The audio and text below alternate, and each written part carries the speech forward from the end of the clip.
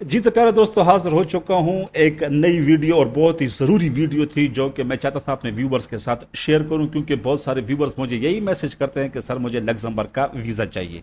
ठीक है मेरे दोस्तों, और थंबनेल में भी मैंने ये लिखा हुआ है कि रियलिटी यानी कि लग्जमबर्ग वर्क परमिट या वीज़ा की रियलिटी क्या है।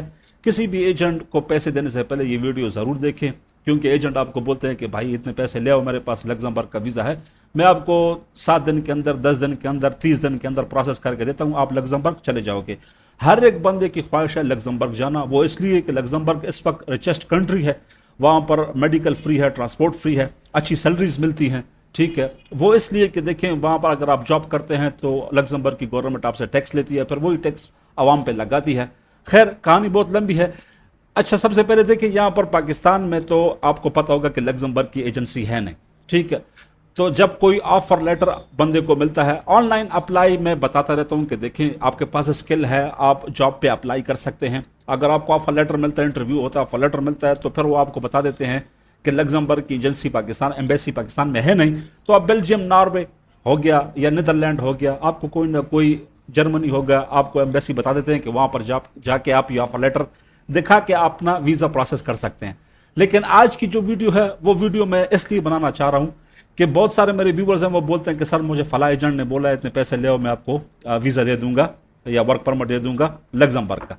तो देखें ये मैंने ओपन की हुई है, लग्जमबर्ग की ऑफिशियल एम्बेसी की वेबसाइट है, लेकिन पाकिस्तान में है नहीं, तो इंडिया की मैंने न्यू दिल्ली की ओपन की हुई है। यहां पर उन्होंने साफ साफ बताया हुआ है कि ई वीजा फ्रॉड अलर्ट, यहां पर उन्होंने बताया हुआ है fraud and work permit and electronic e visa application portals, यानी कि the embassy of Luxembourg wishes to inform all visa applicants जो अप्लाई करना चाह रहे हैं, ठीक है, of the existence of the scam website and so called agents. ठीक है, जो कि सो कॉल्ड एजेंट और वेबसाइट आपको बताती हैं कि हमारे पास वीजा है, इतने पैसे दे दो, आप वीजा ले लो, pretending to sell legitimate long term national visa for employment in Luxembourg, जो कि लॉन्ग टर्म वीजा बेचते हैं, वर्क वीजा। ठीक है, और Luxembourg does not deliver any e visa and it does not cooperate with any agent for the issuance of visa, यानी कि Luxembourg को किसी भी एजेंट को या किसी भी एजेंसी को यह इख्तियार नहीं देती है कि वो ई वीजा जाके लोगों में बांटे और बेचे। ठीक है, the embassy wishes to clarify that application for short term and long term visa can exclusively be proceed through our external service provider VFS Global, यानी कि इन्होंने ये काम दिया हुआ है सिर्फ और सिर्फ वीएफएस ग्लोबल को। अगर कोई एजेंट आपको बोलता है कि मेरे पास ई वीज़ा है या मेरे पास इस तरह कोई सिस्टम है, तो ये सरासर गलत है, क्योंकि उन्होंने बताया हुआ है कि इन्होंने सारा काम अपना वीएफएस ग्लोबल को दिया हुआ है। ये इंडिया की जो एम्बेसी है उसके बारे में बता रहा हूँ। ठीक है, इसके अलावा वो ये भी बता रहे हैं कि beware of information on social media platforms, देखें सोशल मीडिया प्लेटफॉर्म से वो कहते हैं कि बच के रहें। ठीक है, only trust official sources about immigration to Luxembourg. ठीक है, जो ट्रस्टेड हैं पोर्टल्स उन पे आप सिर्फ बिलीव करें, बाकी इधर उधर की बातें आप ना सुने। ठीक है, ये सब कुछ मैंने आपको बता दिया। देखिए जो पाकिस्तान से बाहर है, जो दुबई वगैरह में, देखिए दुबई, अबू धाबी में बताया गया है कि वहां पर एम्बेसी है, वहां से आपका वीज़ा प्रोसेस हो सकता है। अच्छा, मैंने आपको अभी ये सारी कहानी बता दी, तो आप ये भी बोलेंगे कि सर फिर आप वीडियो क्यों बनाते हैं लग्जमबर्ग की। देखिए मेरे भाइयों, मैं लग्जमबर्ग की वीडियो इसलिए बनाता हूँ कि जो डिमांड लग्जमबर्ग में है, अभी तक मेरे अंदाजे के मुताबिक 3 लाख बंदों की डिमांड है, यानी कि 3 लाख बंदे लग्जमबर्ग में चाहिए। लेकिन किस कैटेगरी में चाहिए? उनको स्किल्स चाहिए। स्किल के लिए आप ऑनलाइन अप्लाई कर सकते हैं, कंपनी आपका खुद प्रोसेस कर सकती है।